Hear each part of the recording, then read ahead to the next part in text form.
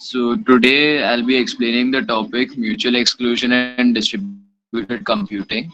My name is Mazhar and our supervisor is Professor Shreya Patankar.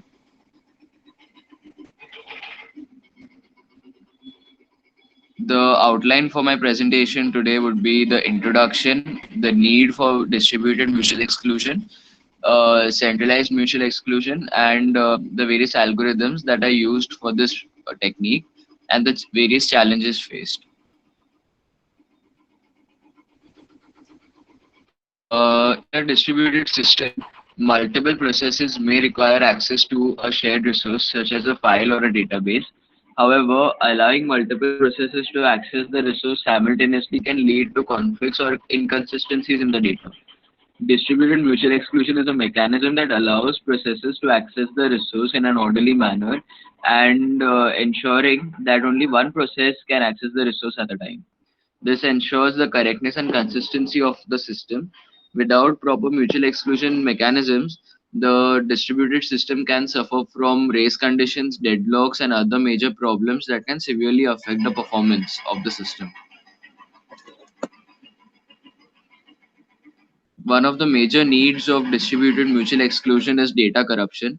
So, as we discussed, that if there are multiple processes and they need to access a resource simultaneously, then these processes might create conflicts in the data and inconsistencies in the data or in the resource, and therefore it can lead to data corruption.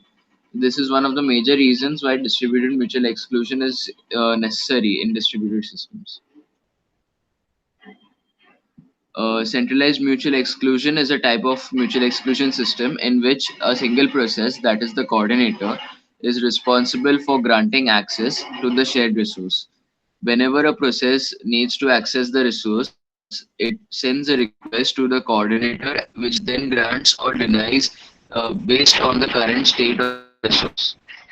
The coordinator ensures that only one process can access the resource at a time. The advantages of this technique is that it is simple and easy to implement and does not require complex communication among the processes requesting access. The disadvantage of this system is that there is a single point of failure. That means that if the coordinator fails, then the system can no longer provide mutual exclusion.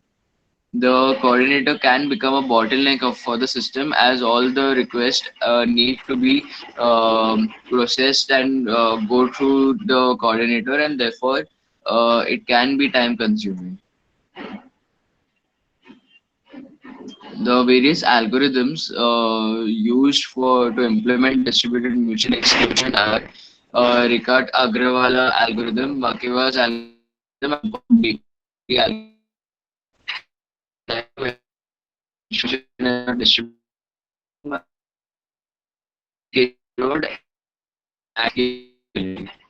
These algorithms,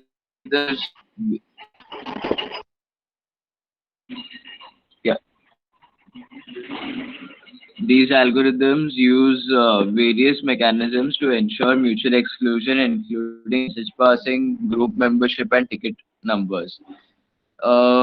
By carefully managing the way processes request and release the access to the resource, these algorithms ensure that only one process can access the resource at a time, even in a distributed system.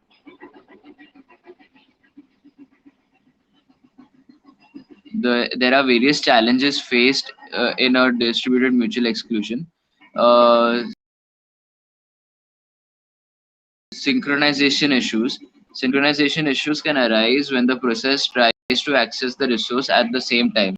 If multiple processes try to access the resource at the same time and there is no coordination among them, then there can be synchronization issues. Network latency refers to the impact of the timeliness of the messages, which can lead to delays in accessing the resource and therefore miscommunication among the processes. Message loss or delay again refers to the miscommunication wherein a message due to a message loss or the delay of receiving a message, the process can be blocked indefinitely or can create a deadlock. Node failures can impact the availability of the system, as in it can make it difficult for to provide mutual exclusion if the coordinator fails, or if a particular process after getting an access fails, which means that they cannot inform the other processes about the task that has been done, and that the resource is free. Therefore, these challenges can impact the reliability and efficiency of the system, and must be carefully addressed to ensure the correctness and consistency of the system.